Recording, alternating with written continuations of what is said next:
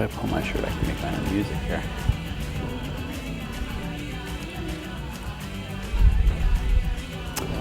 We are live. Sean, you got my good side? All right, buddy. Welcome, everybody, to the grand finale of the 2015 Chemistry Champions competition. Welcome. Give yourselves a round of applause for showing up. Absolutely. We are in the beautiful District Hall in Boston, Massachusetts. You can follow us at hashtag ChemChamps, and also you may be following the ACS meeting hashtag ACS Boston. But we are here tonight to celebrate 4 amazing young science communicators. They have come here, they have made it all the way to the finals. They have spent an entire weekend talking to children. Can you imagine? They've been talking to children, they've been talking to chemists, they've been talking to the general public. They've been talking about their research for an entire weekend, and it's all come down to this. The scores are being tabulated on an Excel spreadsheet, and tonight is the deal breaker. And we are going to need your help. People here in the audience and people watching live, I understand there's about 2,000 graduate students and postdocs watching live from an awesome party. So welcome to all of you. Raise your glasses if you can hear me. If I'm on mute, this is raise your glasses in sign language. But anyway, I hope you're having a good time. Wish you were here. You're probably at a Sheraton somewhere. Enjoy. So why are we here tonight? The Chemistry Champions competition is in its 2nd year. 2014 was a huge success, and we did it at the Exploratorium in San Francisco. And now we're here for our 2nd year in Boston, Massachusetts. And the idea was almost deceptively simple. Have young scientists, young chemists, talk about their research in a very short time. So sum up your research in under 3 minutes and in a way that people can understand. And that is a bigger challenge than most people think. When you ask somebody what they do for a living, you know, sometimes it's easy. I am a pipe fitter. I'm a plumber. I am a science communicator named Noel Waghorn. I didn't introduce myself. My name is Noel Waghorn, and I'm a science communicator. Hi. You can follow me on Twitter. I'm at Dr. Kiki. No, I'm kidding. I'm at Waghorn Science. And I'm a science communicator, and it's interesting because it's my job to translate the work of very well-respected and very important scientists doing amazing, important work into terms and language that the general public understands. But in an ideal world, I wouldn't have a job. I would have an island to myself. And the scientists could take care of the communication themselves. And then just buy me an island for myself. Ooh, hello, got a hot mic. I'll stop gesticulating wildly. But that's what's interesting is I am sort of I've always called myself a science translator rather than a science communicator. I sort of translate these difficult scientific concepts, but really what we want is for the scientists themselves to be able to do that. And the 4 people that you're going to meet tonight have done an excellent job at doing that. All 4 of them are here because they have proven themselves to be the best of the best in this competition at talking about what they do.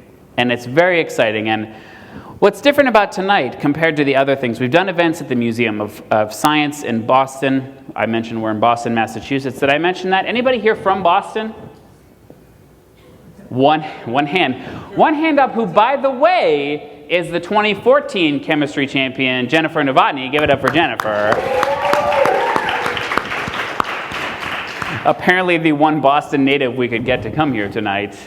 But anyway, so we're here in Boston. We did an event at the Museum of Science, which is an amazing venue for children. Bring your children there if you're going to visit Boston. It's a great, great venue.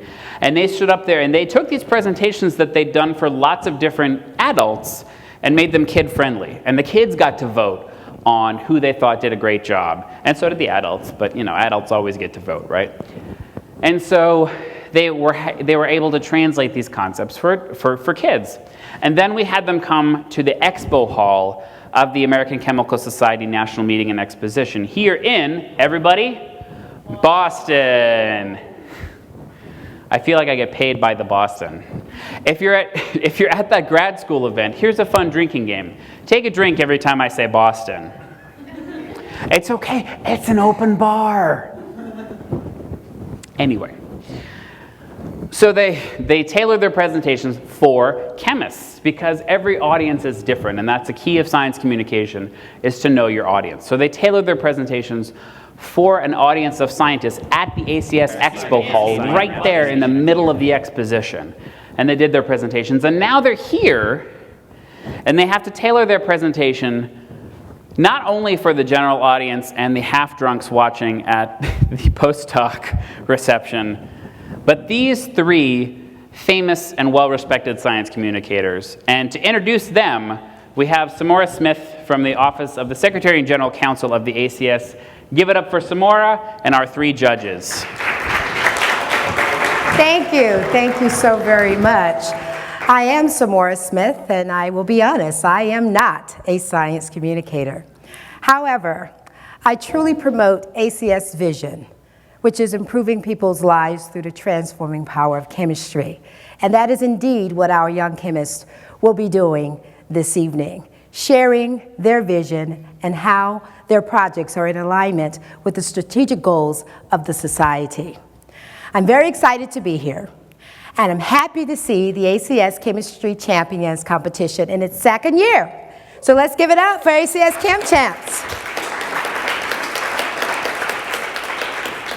I'm very proud of the work that is being done by our young chemists.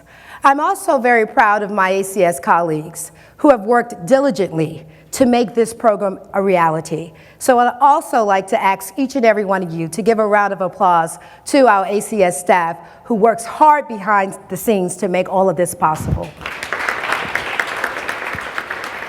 Now I have the great pleasure of introducing our judges for this evening. First on the panel, we have, and I hope I'm pronouncing it correctly, Julie Fouché. Julie is the coordinator of the Science Festival Alliance here at the MIT Museum. Let's give a round of applause for Julie this evening. Another Bostonian. Next we have Steve Lyons. Steve Lyons is a science documentary filmmaker, and his documentary, The Mystery of Matter, is scheduled to debut on PBS this week. So let's give a round of applause to Steve Lyons. And for the second time, I get the opportunity to introduce Dr. Kiki Sanford. Kiki is a very, very well-respected science communicator, and she's also the host of This Week in Science. Let's give her a round of applause as well. So thanks again to everyone for coming and being a part of this wonderful event. Sit back, relax, and enjoy, because we have some very exciting and energized presentations that will be delivered this evening. Back to you, Noel. Thank you very much. I just barely ran out of time to tweet about you introducing the judges. I should mention, speaking of tweeting, you can follow the competition at the ChemChamps hashtag ChemChamps. And you can also follow any one of our panelists at Dr. Kiki, at OCaptMyCapt. And Steve Lyons, you can probably friend him on Facebook. So, who's ready to get things started? Who's tired of me talking? Yeah, that's what I thought. So, coming to the stage first, he's a guy. That's fact number one. Fact number two, his name is Dave. Fact number three, his last name is Farina. Give it up for Dave Farina. Slide clicker? That's my That would fault. be necessary. That's my fault. Thank you, no problem. Hi, everybody. Thanks to everyone here. Thank you to the judges. Anyone watching at home, possibly my mom, if she figured out how to use the internet. I would like to talk to you about the words natural and synthetic. What could these mean? Well, if you took a poll, natural would have people talking about their latest juice cleanse, organic groceries, yoga, and other healthy activities. But for synthetic, they might warn you about toxins, scary chemicals, and mean, confusing chemistry teachers. With all of these charged emotions, it's not surprising that many equate these words with good and bad. But this discounts everything that chemistry has to offer society. So we need to revise this view. Natural simply means made by nature, the same benevolent force that brings us deadly viruses and toxic blowfish, which look strangely similar. Synthetic means made by humans who save lives with antibiotics and synthetic microbes that clean up the oil from a tanker spill. Now that we've decoupled these words from good and bad, let's look at something that both nature and humans make. A vitamin is something that we need to ingest in small quantities in order for our cells to maintain normal function and metabolism. Now, most plants and animals make these on their own, but somewhere along the course of evolution, a few mammals lost the ability, so we have to eat them. Take vitamin C. For thousands of years, we've gotten this from fruit. But with modern science, we can identify the structure of this and other compounds and build them ourselves in a laboratory. Now, this may look familiar. How many of you have taken a vitamin C supplement at some point? Right, most of us, probably, maybe every single one of us. So a valid question would be, is this vitamin C the same vitamin C as the one in the fruit? Well, to answer that, we need to know a little bit about how a vitamin works. A vitamin has just the right shape to fit into the active site of an enzyme and make interactions that turn on the enzyme. So it will go and perform an important job in the body. So it's a lot like a lock and key. And just as it doesn't matter who makes your key, as long as it's the right shape for the lock, same goes for the vitamin. That's why any molecule that's these specific atoms arranged in this way must be vitamin C. Now, nature makes this just fine, always has. But when nature does chemistry, it's limited to physiological pH and temperature. So it has to use big, bulky molecules to do blind chemistry. When we do chemistry, we can use any exotic compounds and conditions we want to make any molecule we want. And even though the pathways are different, what we get is the exact same molecule. So the bioactivity of a molecule cannot depend on how it came to be. An enzyme just can't tell the difference. Furthermore, it's often cheaper and easier to synthesize these in mass quantities than to have to extract and purify them from natural sources. So if we want to keep the growing global population healthy and well-fed, we need to get over the idea that science looks like this, because science looks like this. Thanks.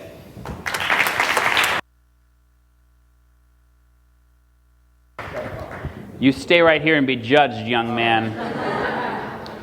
So I'm going to throw it over to Samara, who's going to get some feedback from the judges for Dave.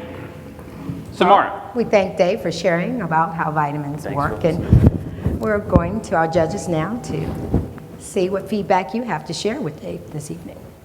Everyone's looking at me. Am I supposed to go first? So Dave, this was super energetic. You started off with a good bang with a little bit of humor to get everybody listening to you, and I thought you just really, you owned the stage today. It was great. I'm supposed to be super judgy. I don't have a lot to be judgy about with this presentation.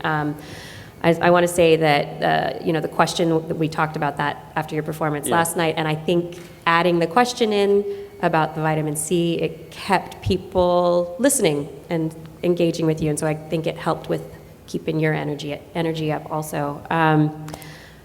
Yeah, I don't know. I really can't be very critical about it. Thank you. Steve? Okay. Is this on? Okay, it is. Yeah, I thought you had great energy too, and you seem to be very at ease up there. I mean, very often. I mean, I certainly would be very nervous if I were in your situation, and I would hem and haw, and I'd forget my train of thought. You seem to nail it. You seem to remember exactly what you wanted to say, and you delivered it with good energy and good emphasis throughout. I thought also the point you were making was an important one, because people do have misperceptions about what synthetic is and what chemistry is. And it's important for people to understand that just because something is chemical doesn't mean it's bad. Just because it's man-made doesn't mean it's bad. One of the things that was really striking is that you were explaining things in terms that were easily understood by a lay audience. And that's something that's very hard for some scientists to do. I thought there was only one moment where you let scientific gobbledygook creep in. You mentioned maintaining normal function and metabolism. Surely there's a simpler way of saying that, more in keeping with the way that you talked about other things, like the very next line was, we have to eat them. Right. You know, that's the kind of simple language that people can get to. That's really the only flaw that I saw in your whole presentation. I too thought that asking the question to the audience about the vitamin C was a nice touch. I think I'm actually more nervous judging you right now than you were through that entire presentation, which is great. I agree. You really kept up your energy throughout tonight. You really kept the audience hooked in the middle. One of the things that I did really like was that when you were hitting on your key concepts and you were creating emphasis, you slowed down and made sure that you were, bodily emphasizing it, and also making sure that people knew that this is what they need to focus on and this is where your attention should be, which was great. Your examples, I've seen them a couple times now. That lock and key example is great for me because every time I'm just like, yes. So it definitely sticks. So I think you did a great job, and this was a fantastic presentation. Thanks so much, guys.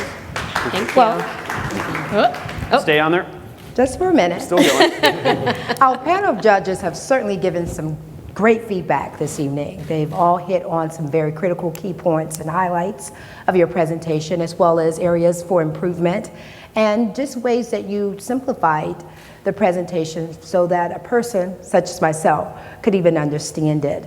So with all the feedback that you've received, do you have any comments? Do you agree with the things that have been stated? Or? Yeah, I definitely appreciate the feedback. I agree, maybe that one sentence you had mentioned, I could just say, do all the jobs they need to do, or something like that, which I think is what I did for the Science Museum for the kids. Sometimes you need to talk to adults like they're kids, too. True, yeah. And I also appreciate the comment that this is an important topic. This is a topic I'm extremely passionate about, just getting across the misconceptions, the false analogies that people have when they're looking at what synthetics are and things like that. So, yeah, very appreciative of the feedback. Thank you. Well, thank you so very much, Dave. Let's give it up for Dave once again. So if we're talking to adults like their children sometimes, does anyone in here have to go potty before our next contestant? Ooh. I like it.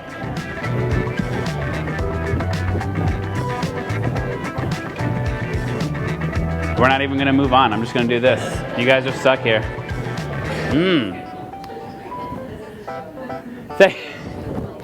Thank you very much to Dave, Fina. Coming up next is our second semifinalist, or second finalist, excuse me. I had to say semifinalist last time. I've said a lot of different things in my life that I regret. Semifinalist being chief among them. Finalist, coming up, give it up for Erica. Clicker. God, I keep forgetting. Thank you. Good evening, everyone, and everyone watching at home. Today I'm going to talk to you guys about some really cool molecules that can help us find cancer. So the fight against cancer is like a battle between good versus evil. And two of the things that are good and bad are cells, good cells and bad cells. The thing about cancer is sometimes our bodies can't tell the difference between good cells and bad cells. It's almost as if the bad cells are disguising themselves as good cells. But through the innovations of chemistry, there's hope. And we can do that using dyes. Not these kind of dyes, but cyanine dyes, like ICG. But what makes a cyanine dye different from one that you might find in your hair? Well, here's the thing. Did you know that molecules in your body actually glow? There are good molecules and bad molecules. The thing about it is they glow about the same color, but cyanine dyes glow a different color, making them easier to see. So if we can find a dye that glows enough and goes to the places that we want it to go, then we're in business. But how can we make a dye go where it needs to go? It's simple. We can customize it. Just like you can add bigger tires to your car or make a bigger engine for your car to take you where you need to go, you can also customize your dyes. And this is done by taking a look at its chemical structure. Now this kind of looks really complicated. We got some polymethylene chains, something or another. Well, here we go. I like to think of these two groups as balloons. They're called heterocycles, but the balloons are a little bit of an easier thing to understand. And we have our polymethylene bridge, which is just like a bridge with electrons on it. Now here we have the Boston Harbor, and we have our model of the dye. So let's say we treat the air as healthy cells and the water as cancerous cells. Well, with our model of the dye, we have balloons. We know balloons tend to float, right? Well, if we want this dye to go to the water, how about we change these balloons to anchors? And the anchors sink. This is how we can modify those heterocycles to go where we need them to go. Okay, so we can get the dye where it needs to go, but how can we get it to glow? Well, the answer is simple. We give it energy. It all has to do with the bridge of electrons. We can excite these electrons simply by using light, because light is a form of energy. A light beam is made up of tiny particles called photons. I like to think of these kind of like jelly beans, because they're different wavelengths, different energies, and different colors. So when we select an appropriate wavelength to excite our electron, the electron is promoted to a higher energy state. And as it loses that energy, it comes down and it releases a photon, which is the light or the glowing that we see. So with a little bit of customization and the right energy and a whole lot of chemistry, we can help to fight good cancer. And we can also tell the good cancer, or sorry, the bad cells from the good cells by using cyanine dyes. Thank you.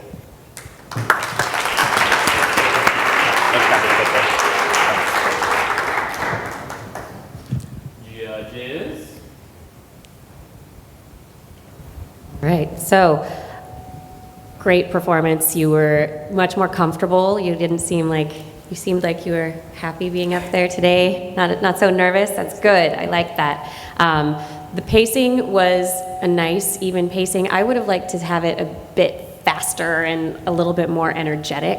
Okay. But I think that I have watched your performances over the weekend, and you definitely improved in the pacing from last night and your comfort level. Tonight you were you're just in your zone, and I thought that was good. And your descriptions, your analogies, I really like the balloon anchor analogy. I thought that was a nice way to put that forward, and it was very clear. And always like the pop culture, so that you're connecting on a level with the audience that they're like, oh, Harry Potter, Voldemort, and can get that. So overall, really great. Thank you. You're welcome. I thought you seemed very much at ease, and your energy was good, but I had a hard time following your argument, following what you were saying. I think for a lay audience, those chemical formulas, those chemical diagrams, are potentially dangerous. I think it's kind of off-putting to people.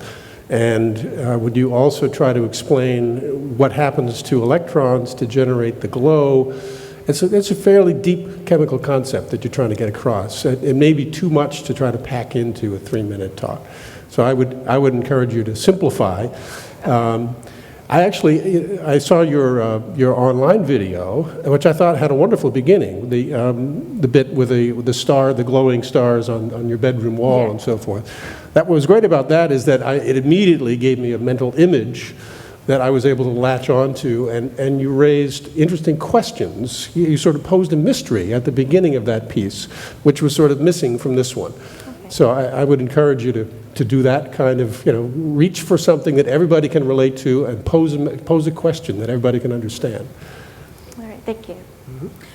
Mm-hmm. Yeah, I agree. After having seen you perform this is the 3rd time now, and 4th of you include the YouTube video. Mm-hmm. Your level of comfort is getting, it's just exponentially going up and up and up, which it should be. You're an expert on this. I would say I agree. I think your energy was a little bit higher tonight, but maybe slow down just a little bit and make sure that when you're hitting on some of those key points, especially if you're going to keep some of the jargon in, that you slow down and let people absorb it a little bit more, which is kind of a compromise, I think, between what both Kiki and Steve have said. Yeah. And also, I have to agree, the pop culture references were great. I was laughing. It kept me hooked throughout.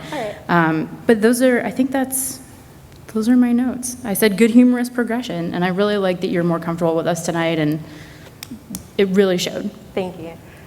Erica, I like the fact that you take a subject matter such as cancer, where most people would think it would be a depressing type of presentation. You take it and you energize it in a way to inform and allow it to be a little bit more engaging to people who may not truly understand. So with the feedback that you've been given, some of the key points and some areas of improvement, more particular with what Steve has said about some of the reiterations of your presentation, do you have anything to add on that? Oh, I appreciate all the feedback. Every little bit counts, and I tend to get a little bit too complicated, which is why the feedback session is very helpful. So I'll definitely work on trying to make the more complex ideas simpler and easy for everyone to understand. Thank you so very much, Erica. Let's give her another round of applause.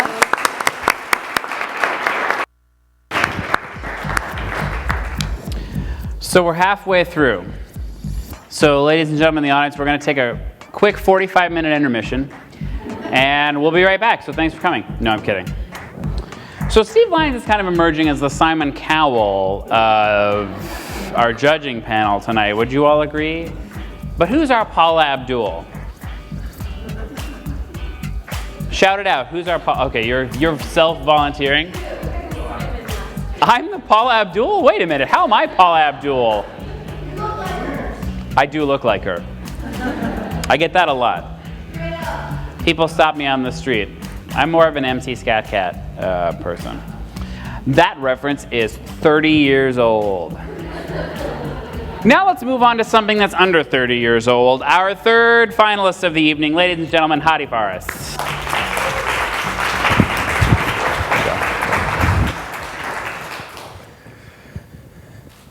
In my research, we study two main topics: polyelectrolyte films and salt. This is not to be confused with films about salt, but that's a good start. Because instead of asking who is salt, the question is why salt? And to answer that, we first have to understand what a polyelectrolyte is. But first, a polymer is a large molecule made of a repetition of smaller molecules called monomers. When these monomers have a charge, either positive or negative charge, they're called electrolytes. And a polyelectrolyte is a large molecule made of a repetition of electrolytes. I like to imagine polyelectrolytes like a fresh bowl of pasta because they are long chains entangled together. And taking advantage of this positive-negative attraction between polyelectrolytes, we can create thin films. And this is done by simply dipping an object in the positive polyelectrolyte, then in a negative polyelectrolyte, which attached to it, and then repeat this again and again until a thin film is formed at the surface. And these films are very useful. You can use them to filter water or to coat devices, just like the screens of your phones. They could be used in medicine to coat contact lenses. And imagine that, they could be used to coat implants that go into your body to protect them and make them last longer. Okay, I'm sorry. At this point in my talk, I have to stop and put a nice photo of a kitten. This is done to keep our YouTube audience connected. So cute. Very cute. But this kitten is asking a question, actually. And that question is, wait a second, the polyelectrolytes inside the film are fixed. Actually, instead of thinking about them like a fresh bowl of pasta, you have to think about them like the leftover pasta, which looked great at Olive Garden, but then the next day it just becomes one piece. Well, what do? You simply put it in the microwave to melt the cheese and move everything around. And once everything is moving, we can now do other stuff to the film. So to go back to our main question, why salt? The answer is because salt does to polyelectrolyte films what the microwave does to our cheesy bowl of pasta. It moves everything around. And now we can add medication, we can add antibiotics to make them antibacterial, or we can remodel or recycle these films. Polyelectrolytes revolutionized every aspect of our life. That's why it's important to push this technology forward. Sometimes, because I work with polyelectrolytes, I try to think, what if there's a world without polyelectrolytes? And I'm going to try to put it into perspective today. So a world without polyelectrolytes, for someone who's under 25, would be like a world without Taylor Swift. I'm going to put it for someone who's over 25, for someone who's over 25, a world without polyelectrolytes would actually her latest album was really good, so it's also a world without Taylor Swift. But anyway, we have two conclusions today. Taylor Swift is doing really well, and a world without polyelectrolytes is not a world I want to live in. Thank you.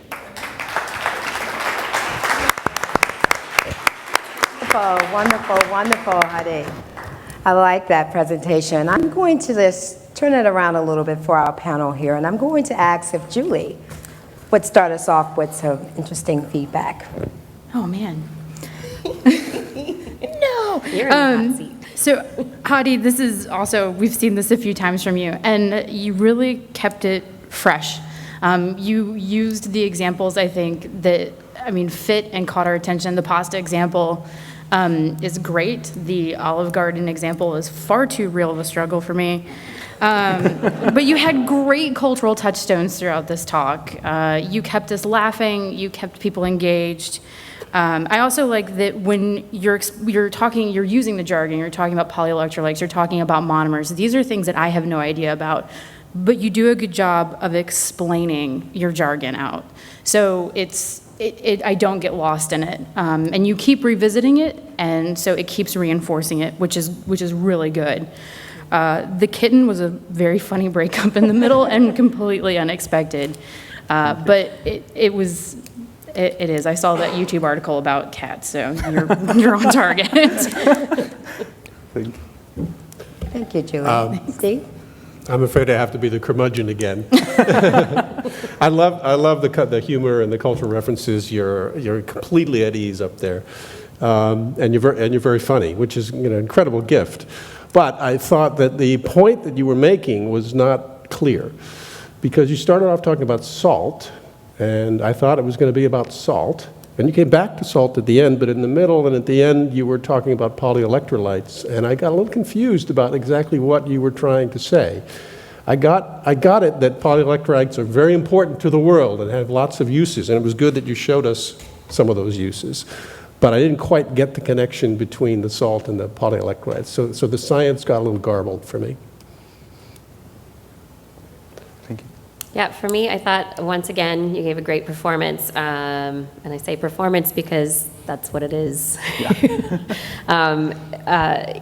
You were a little bit lower energy at the beginning of the talk than I was expecting. And so I was like, oh, where's this going to go? But then you brought it up, and I thought you pulled that off nicely.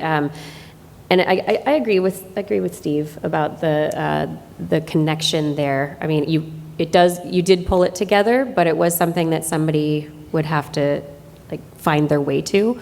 But I think I know too much about it also, so it made it easier for me. I love your graphics. I think your presentation style and the way you use the graphics to be able to get everything across really helped. So in terms of accompanying your vocal performance with the visual aspects, I think that it was just right on. And I was totally caught by surprise by the cat. Good job. In terms of a overall performance and doing something to keep people's attention, that did it. And then tying it in and asking a question, what's the cat thinking about? It wasn't just a random cat, it was a cat with a question. Yeah. So it was good. I agree with you, Kiki. When you said over 25, I thought for sure I was going to see someone from the Jackson clan, either Michael or Janet. So disappointed, but at the same time, I enjoyed it all. So with all the feedback you've received, is there anything that you would have done differently? I think, as they said, I would probably probably focus more on the salt part at the end, because that's probably what didn't bring it up, because the connection got lost. I don't know if the cat, because cats usually lose you, or it's the cat. Blame it on the cat. Well, thanks again. Let's give a round of applause to Hottie. Thank you, Hottie.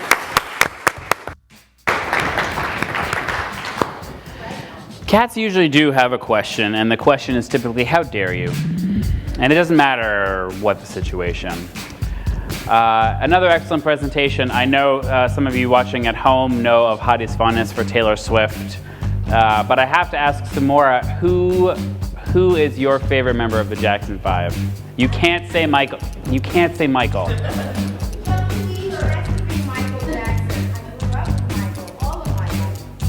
Thank you. I'm Team Tito. So don't tweet at hashtag ChemChamps anymore, it's hashtag Team Tito. That's where we're going with this tonight. It's no longer about chemistry. It's about proving Samora wrong about the Jackson 5.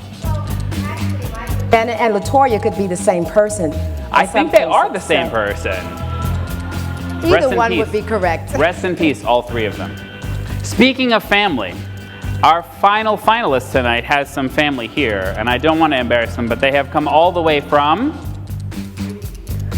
Louisiana. Really? That's really far. You must really like your daughter. That's awesome. I was expecting them to say like Somerville or Andover. These are Boston references. Our final finalist of the night, everybody, Tiierra Range.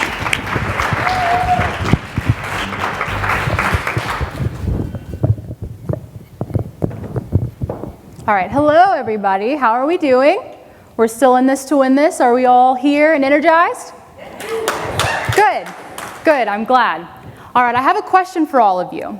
I'd like to know who in the audience thinks about coffee whenever they first wake up, or needs a cup of coffee whenever they first wake up. Show of hands. I understand, I see all of you out there, I am the exact same way. I mean, sometimes that liquid gold can take me from this, from very, very unhappy to very happy, like this. And there's actually something in the sky that keeps our Earth full of energy, just like that cup of coffee, and it's the sun.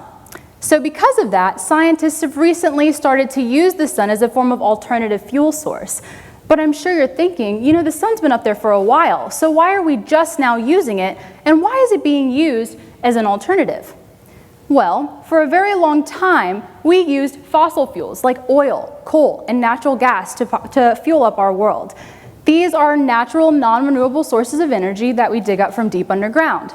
But just like too much coffee can wreak havoc on our bodies, overuse of these natural resources have caused pollution across the globe, and we've been using them so much that we're starting to run out. And it's actually forced scientists to look for an alternative.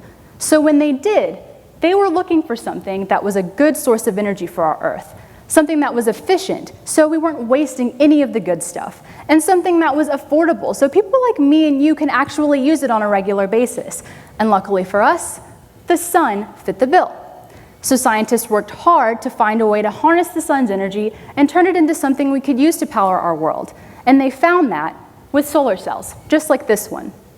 These solar cells are made up of many different layers, but the layer that's most important is the middle or active layer.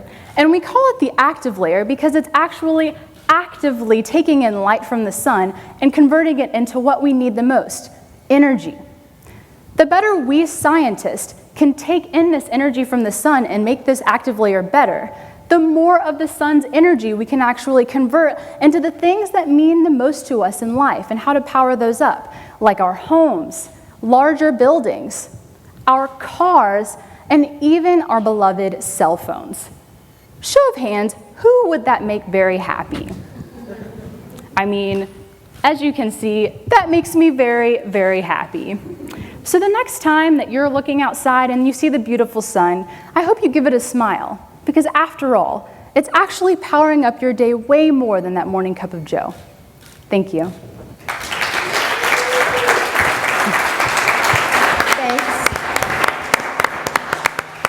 start with Dr. Kiki, if you would, share your right. comments.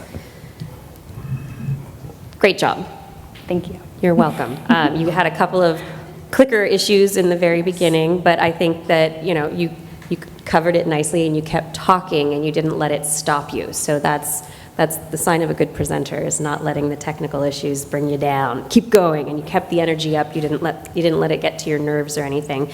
You had multiple points where audience interaction was fantastic, bringing people into it to make sure that people were engaged. Really well done. And after our conversation last night, I think you really took it to heart. And I like the coffee, sun, too much coffee being bad for you, fossil fuels being bad for us. What can we do better? It kind of got at that question of how can we use this great thing, the sun, to be better to our world? And I think then getting to the how, the solar cells, the actively, I followed you the whole way through. It's good. Thank you. You're welcome. I thought you were very engaged with the audience. I love the way you engaged them right away and asked them a question. And your energy and command of the material was good throughout. In this case, I would like to have seen you go deeper into the science because solar cells have been around for a while. And, people know them. They're on people's roofs. It's an old technology. I would like to have heard more about how chemistry or chemical engineering might be used to make better solar cells or to make better use of renewable energy in some other way, because that's a really interesting topic that I think chemistry has a great opportunity to do something about in the next 50 years or so. Okay. Thank you. I'm gonna agree with both the judges. You did start going a little bit more into the work that you do tonight when you explained the active layer, which I heard that, and that was exactly a comment that we gave you yesterday, and you fulfilled it. You answered the question for us. You explained it a little bit more. I think you could have gone deeper into it, as Steve pointed out, but you had a good opener. You had great energy throughout. I loved the caffeine coffee just all the way through, and it didn't take over your talk, but it was a great point to go back to and to keep reinforcing the idea. You asked a question, you answered it, and you kept using that as like and coffee, back to it, which was fantastic. I also, just pointing out, you had the issue at the beginning with the clicker, but you didn't let it trip you up. And that's always tough to overcome, but you did great. You didn't let it mess up your talk. I think you did a great job. Thank you. Tiierra, you received some wonderful feedback here. Considering the comment on just being able to include a little bit more chemistry, to be a little more deeper in the chemistry aspect of it, do you now see where you may have had an opportunity to do so here? Oh, for sure. I definitely do, because as you all know, we had a talk yesterday and I included a little bit more chemistry in it, and I remember taking that out thinking, okay, well maybe I'll kind of like tone it down a little bit for the general public, but you made a really great point. The general public does know about solar cells, and talking a little bit more about the difference between what you see on your homes and organic solar cells and why they're starting to make an impact more in science and more in chemistry. I do understand how that potentially could have been a little bit better to include, so thank you. Sure. Well, thank you. Let's give another round of applause to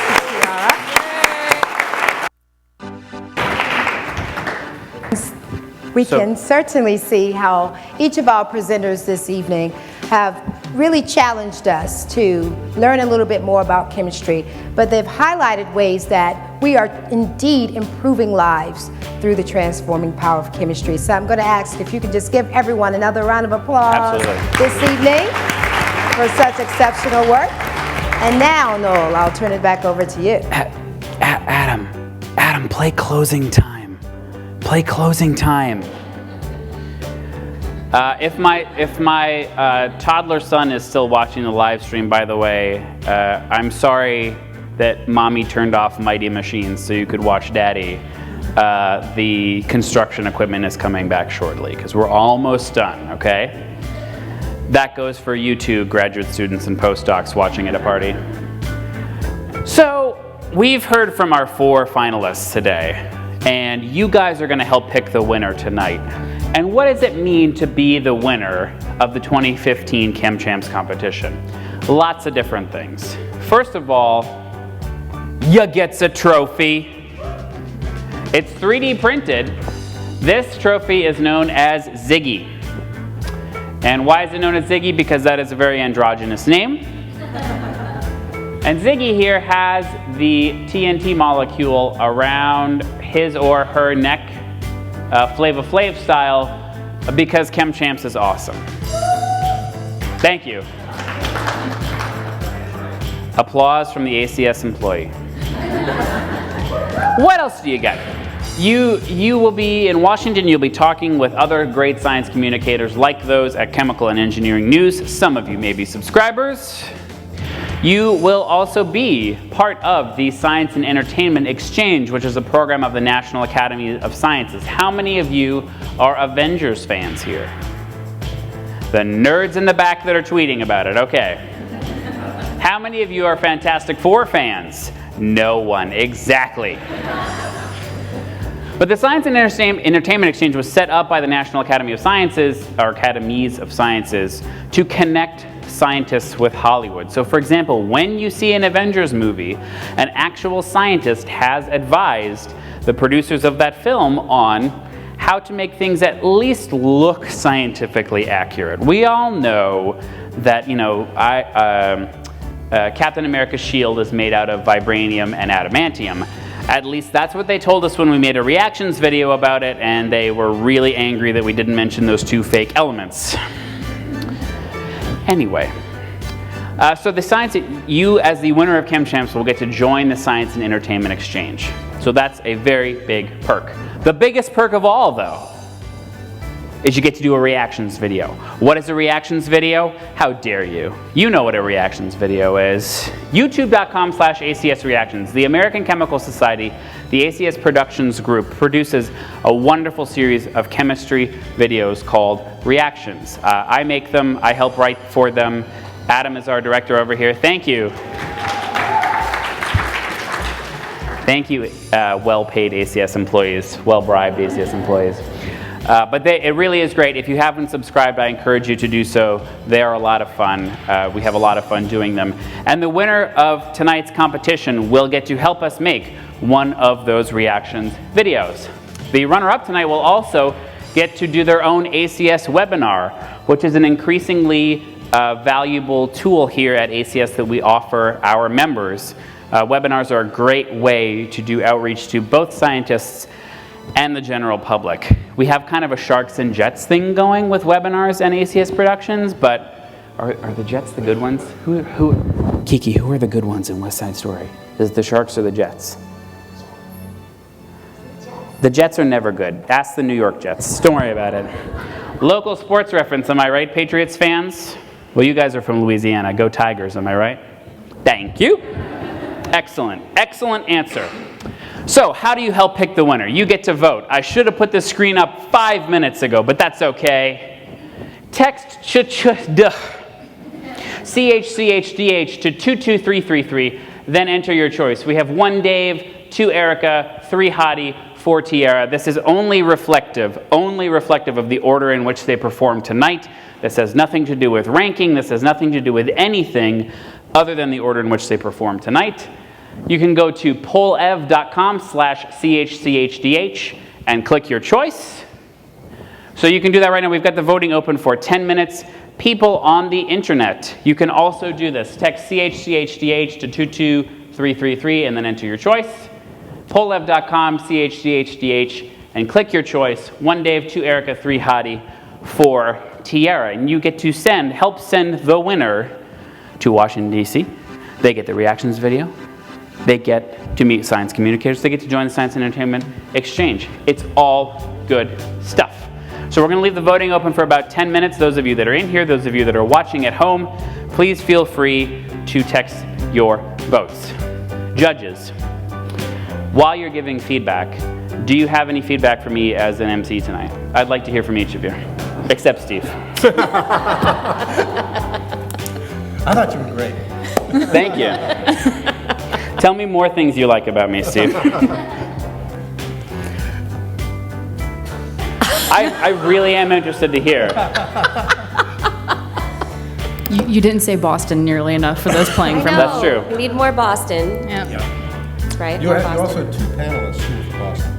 You failed to balance that. Did you guys raise your hands when I said who here's from Boston? Yes. Okay, I was not paying attention to you. Well, that's good.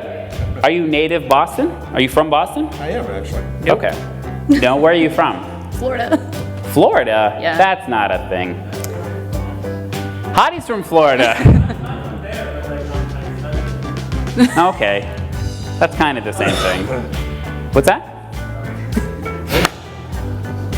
He's kind of ashamed to say he studies in Florida. That's okay, though. That's okay.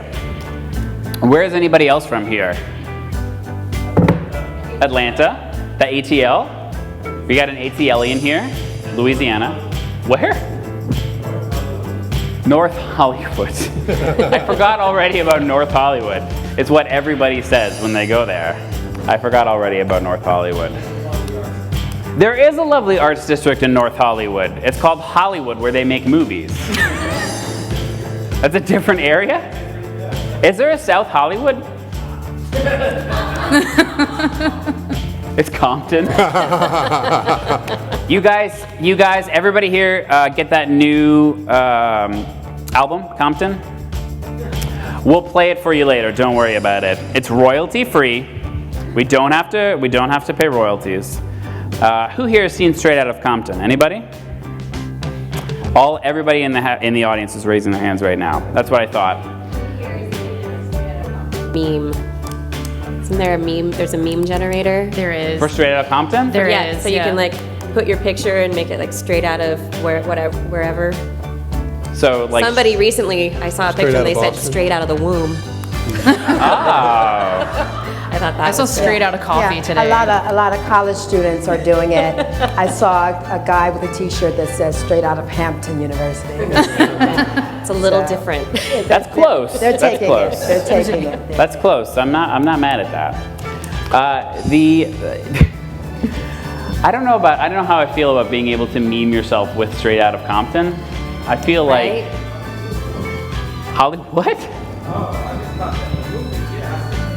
Janali, by the way, is our resident movie critic as well as our sort of webmaster. And if you want him to talk for 45 minutes, say, hey, what'd you think of Fantastic Four? And then you'll have your answer. And you'll be entertained for 45 minutes because he loved it. He straight up loved it. Who here has seen the Fantastic Four movie? Who here has seen Ant-Man? Yeah, a good movie, right? Paul Rudd, you can't go wrong. Fantastic Four, not so much. What's that? The new Ant-Man? It is out. It is out. Exactly. You didn't know it came and went, did you? It's too soon? Oh, I thought you meant it was too soon to make jokes about how bad the Fantastic Four were. Like, hey, too soon. Miles Teller worked really hard on that. That's true. Yeah. Do we have any Michael Jordan fans in here? Yes. No, Michael B. Jordan, not the kind of famous basketball player. Oh. Michael B. Jordan. What show was he on? I feel like he was on a show before he was in Fantastic Four. Was he on Friday Night Lights? Was he the Smash? He wasn't the quarterback. That was Taylor Kitsch on True Detective Season 2. Who here watched True Detective Season 2? I watched one episode and stopped. Exactly. That's America right there, everybody. Watched one episode, stopped. Because you know who doesn't have the chemistry of Matthew McConaughey and Woody Harrelson? No. Colin Farrell and anybody. Oh, sorry. There's a bunch of Farrell heads in the audience. Who here wants to come up and sing a Taylor Swift song? Hottie does? Where can we see you do stand-up? Where do I do stand-up? Yeah. Mostly at universities inside chemistry labs. Uh-huh. They're often closed, but I bribe the security guards. I set up a little table of Erlenmeyer flasks, and then I put You little talk to popsicle sticks in each ones with people's faces. I see. You talk to them, dude. I talk to them, and they love it. They live tweet me mostly. Are you actually going to come up and sing a Taylor Swift song? Because I would love it. Okay. You know those radio shows when they go like and they start saying, I want to say hi to people? I want to say hi. So everyone watching me at FSU, Jessica, Elio, my cousins are watching in Germany. Okay. And they had to like get a proxy because YouTube wasn't working. Is YouTube banned in Germany? I don't know because like, Is it the North Korea of Europe? and I'm from Lebanon. Everyone is, some people are watching me in Lebanon. Yeah, and yeah, in North Korea. I told You have fans in North Korea? I should say the easel is actually from South Korea. Okay, that's different. That's Yeah, completely she's here for different, me. Hottie. Carlos is also here for me. Okay. There. Hi, like- Carlos. I'm gonna help others because there's Tiera's parents are here. We They came here just to be applauded. Yeah. Who else? Look how supportive we are. And Darcy, I'd like to say Okay, thank you. I can thank you. Get off the stage. For those of you who aren't familiar with the name, Darcy Gentleman is the mastermind behind ChemChamps and truly deserves a round of applause. This is truly Darcy's baby. He came up with the idea. He eats and breathes and sleeps ChemChamps. I got emails from him at 6 o'clock this morning asking about the order of slides for tonight. I did not respond at that time. I was sound asleep, like a little baby. Yes, you have one more shout out? I want to say hi to John. I put Taylor Swift for John from Ireland. John is in Ireland watching us too. John was with us in the ChemChamps. He's tweeting. See, that's Yeah, he tweeted a picture of Pampers pull-ups at me, which I found in 4K. and Debbie Mitchell. She's also watching from Colorado, I think. Yeah, Colorado. Yeah, that's where. He's already tweeting that you're mentioning. Thank you. Thank you, John. We really did have a fantastic group of semifinalists. They all came to Washington, D.C., 8 of them. They worked with this group called Improv Science. 2 more minutes left on the voting, everybody. 2 minutes. 2 glorious minutes left. Samora. In conversation with Let Steve. me move this mic up on you because it's all the way Thank you. down Can here. you hear There me we go. now? There we go. Sorry. That's okay.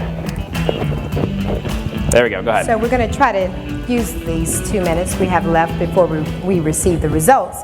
We had a brief but interesting conversation, and Steve commented on how nice it is to see the society really getting behind science communications and working with our young chemists. I would like to ask if you would just share with us the importance of having a program such as this. Well, I think any effort to communicate chemistry to the public is good. I used to work for NOVA, the science program on PBS, and one of the things, years ago, I did a program on a chemist named Percy Julian, an African-American chemist who was a wonderful story. But one of the things I discovered in doing that program is that there are very few programs on chemistry out there on television. And the perception is, I don't think it's true, but the perception is it's because chemists don't make good talkers. That's the reason people sometimes give for why there are so few documentaries on chemistry versus physicists and cosmologists and astronomers and biologists. They all seem to be, they have the gift of gab. I don't think that's actually right, because in this series that we just finished, that's going to be on this week, we found all kinds of chemists who are incredibly articulate and interesting to listen to. So that's not the issue. But somehow chemistry isn't getting out the word to the public about what chemistry is doing that's important. So anything that you can do in that direction, I think, is a positive step. By the way, did you see how Steve snuck in a plug for his show? That was very classy. So we're just getting ready for the final tally. If I could have the judges head to the back for a final conference. We're just getting ready to tally judges. So if you guys want to stand up, give a big hand for our 3 judges tonight. Yes, wonderful job. There are 10 judges? Oh, 10 seconds left. Here's an update, there's 5 seconds left. In the time it took me to figure out that there were 10 seconds left, time has now expired. So sorry if you didn't get a chance to vote, because I couldn't interpret Darcy's hand gesture of going like this. 10 seconds. It is very interesting, though. We had 8 chemists, 8 semifinalists come to Washington, D.C. They worked with a group called Improv Science, which, if you haven't heard of them, they work with everybody from scientists to huge corporations to help use improvisation techniques to really help people collaborate better, help make offices and meetings more productive, and it really was a fascinating time. The ACS staff members got to participate. There were about 60 of us that were there, along with these semi-finalists, and it really was an interesting day of blending sort of young science communicators with people, ACS staffers who aren't in science communication, who are in accounting, who are in finance. That's the same thing. Give me a third thing besides accounting and finance. Publishing. One more. Governance? No, nobody cares about them. Anyway, it was a fascinating time, and really, it's a great group of people. It's a wonderful program. I should also mention, if you are interested in what you've seen tonight, for you young chemists out there, there will be a ChemChamps 2016, and it's going to knock your socks off. All you postdocs out there that are like 3 whiskeys deep, sign up right now. No, it's not available yet, but there will be a ChemChamps 2016. We have a call for entries, comes out in, I believe, February. Keep track of it. You can always follow hashtag ChemChamps for information. It's truly a wonderful program. I am very grateful to be a part of it, to stand up here and do shtick while people count votes. As someone who does not have a science background, it's amazing to hear from people who do and who can truly craft their research in a way that people like me can understand it. And really, it takes a lot for me to understand something like that. You have to use he who must not be named, Voldemort. I just named him, but don't worry about it. Only 10-year-olds are going to be mad. And Rafe Fiennes. I said his name right. I'm not going to call him Ralph, even though we all want to call him Ralph. My throat's getting dry. It's been a long day. So we're conferring in the back here. Darcy is loading up a spreadsheet. Darcy loves spreadsheets probably more than his new wife. I can say that because I know he's not listening, and it's so satisfying. He loves data, and who doesn't love data? There are scientists in the audience. Do you guys love data? Give it up for data. Yeah. Let it be tweeted that the biggest applause of the night went to data, which is just the kind of audience that we're dealing with here.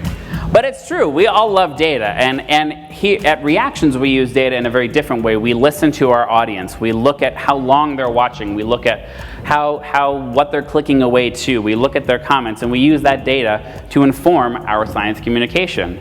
Did I just sneak in another plug for ACS Reactions? Yes, I did, and you didn't even notice it. At ACS Reactions on Twitter, ACS Reactions on Facebook, ACS Reactions on Tumblr, though we're not really updating that very much. We are not on Snapchat. Do not add us on Snapchat. Yeah, we're on Instagram, fine. And I just joined Periscope today. So I did a Periscope of us getting set up and 0 people watched it. So it was fun, just talking to my phone, which is what I normally do anyway when I'm saying things like, why don't you work? I don't like you. This is an abusive relationship we have, phone. That's my bit on iPhones. Who here has an Android phone? Darcy does?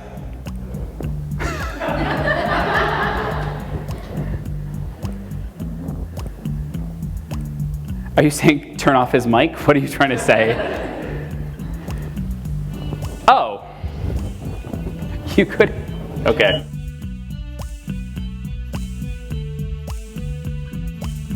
This, by the way, is our prize that is double bubble wrapped for our chemistry champion tonight. This is the real live Ziggy that you will get to take home. We used a 3D printer for it, and actually our live tweeter of the night, Elaine Seward, designed Ziggy. So give it up for Elaine in the back. She designed Ziggy, and she's also been live tweeting from ACS Reactions and various other accounts tonight. And she does a lot of our social media. She's fantastic. And she designed Ziggy, and someone's going to get to take this home in just a few minutes. I wish it could be me, because I'm holding it right now, and I can just leave. I can Uber, like, right now. No? You want me to actually give it to somebody who's a chemistry champion? Would you prefer that? Would you prefer somebody to get a trophy tonight that's not me? The 2 people from Louisiana definitely do. I wonder who they're cheering for. Asked and answered. They're cheering for Tiierra. Do we have any other fans tonight? I know Hottie's got some fans in the house. Where are the Hottie heads? Do you call them Hotties hotties? Because that's... You call them Hotties Taylors? That doesn't make sense. What are Taylor Swift fans called? Are they Swifties? Yeah. Are they really? John from Ireland. What are Taylor Swift fans called? And don't say John. It's gonna. My butt's gonna buzz in just a second here because my phone is in my pocket, not because I have a special chip. I'm being summoned over. Please excuse me.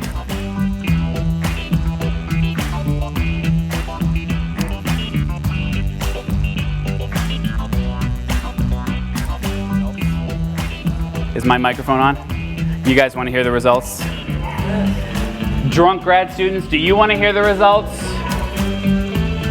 Sober grad students, you're probably actually working tonight in the lab. Do you want to hear the results? All right. Could I have all 4 of the Chemistry Champ finalists? I did it again. Finalists on stage, please. Give them another huge round of applause. Another huge round of applause, please. Right on the stage. Stand right up on the stage. I am not running back here to double check anything. I am just doing a lap of excitement. Show it to me again. Okay. What?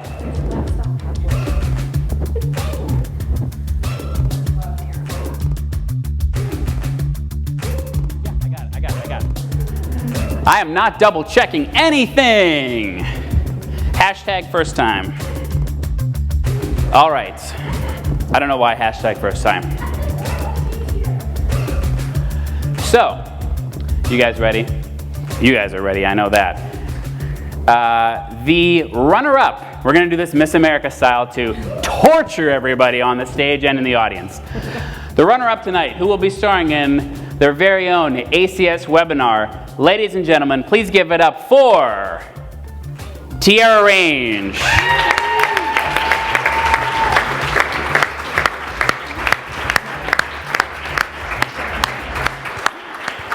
We should have 3D printed the ACS Webinars logo for you. I will get on that. Thank you. And now, it's the moment we've all been waiting for. I'm gonna get out of this blinding view of the projector. The winner of this year's 2015 ChemChamps competition, Science and Entertainment Exchange, Science Communication stuff, and the reactions video, which is really what we're all here for, right? Your 2015 chemistry champion by your votes and some other amalgam on Darcy's spreadsheet is, drumroll please, yeah, I like this. Ladies and gentlemen, Hottie Paris. Hottie Paris, everybody. This is for you.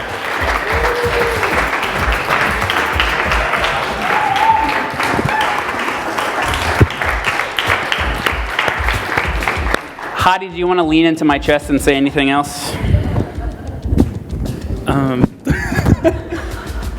I want peace in the world. No, thank you so much, guys. Thank you for everyone who voted and for everyone who viewed my video and for everyone who voted today. And I'll make you proud. Excellent, excellent, excellent. I want to thank everybody who came out to District Hall tonight. I want to thank everybody who watched online, everybody who tweeted about it, the Museum of Science here in Boston, the ACS exposition and national meeting folks who helped these folks, anybody who's helped us along the way. These are 4 extraordinarily talented communicators. You will see them again. Thank you all so much for coming. We will see you this time next year for ChemChamps 2016. Thank you so much.